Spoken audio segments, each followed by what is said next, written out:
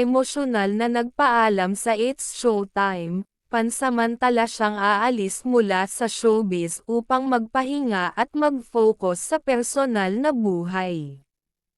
Sa kanyang huling araw sa set, hindi nakaligtas ang mga luha at emosyon mula sa kanyang mga co-host, pati na rin ang mga fans na matagal nang sumusuporta sa kanya. Bilang isa sa mga pinakamamahal na personalidad sa showbiz, malaki ang naging epekto ni Kim sa It's Showtime. Bago siya magtungo sa pansamantalang pagpapahinga, ibinahagi ni Kim ang kanyang mga saloobin sa harap ng kamera at sa mga co-host na naging malapit na sa kanya. Masaya ako na naging bahagi ako ng show na ito.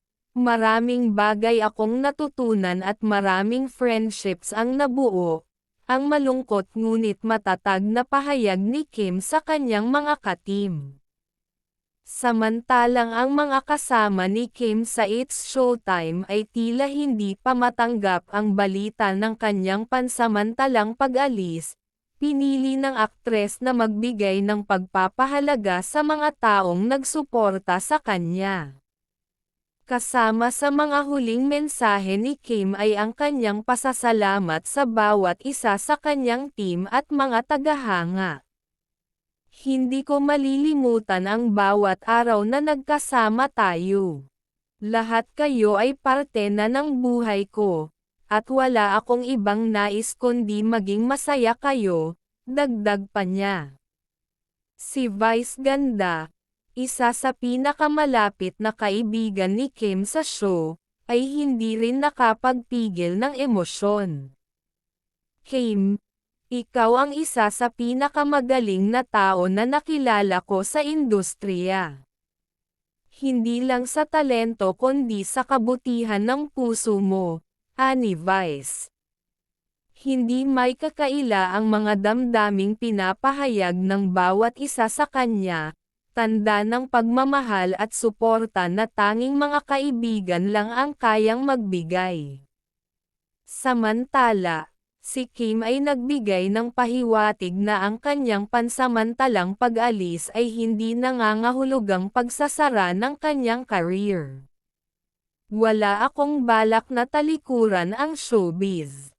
Kailangan ko lang magbigay pansin sa sarili ko at mag-recharge, ani Kim, na masaya at kontento sa kanyang desisyon na magpahinga.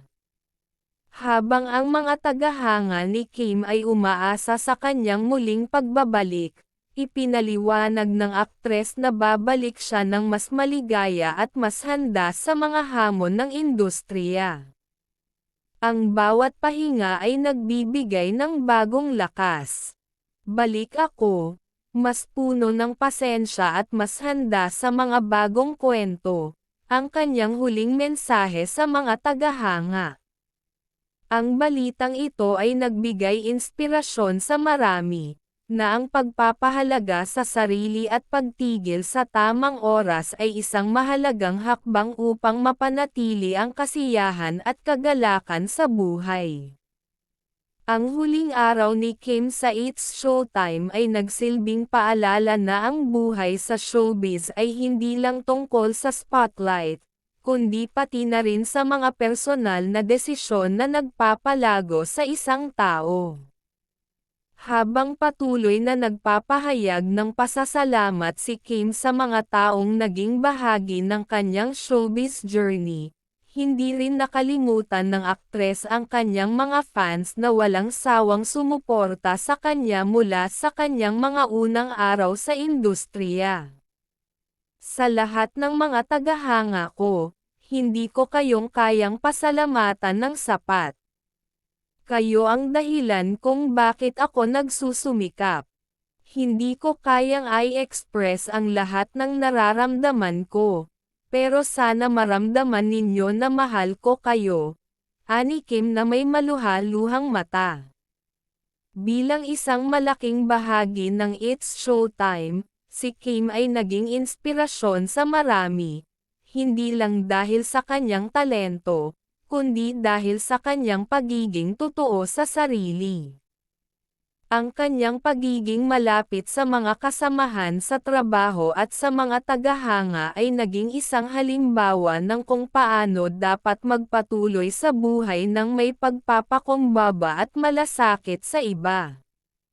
Ibinahagi niya ang mga simpleng bagay na natutunan niya mula sa industriya.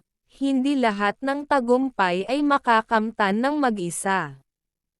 Ang bawat hakbang na ginawa ko ay dahil sa tulong ng bawat isa sa inyo, kaya't nagpapasalamat ako. Sa kabila ng malungkot na pagpapahinga, may mga tanong mula sa mga fans kung ano ang mga plano ni Kim sa mga susunod na buwan. May mga kumakalat na balita na baka mag-concentrate siya sa kanyang personal na buhay, at ang iba naman ay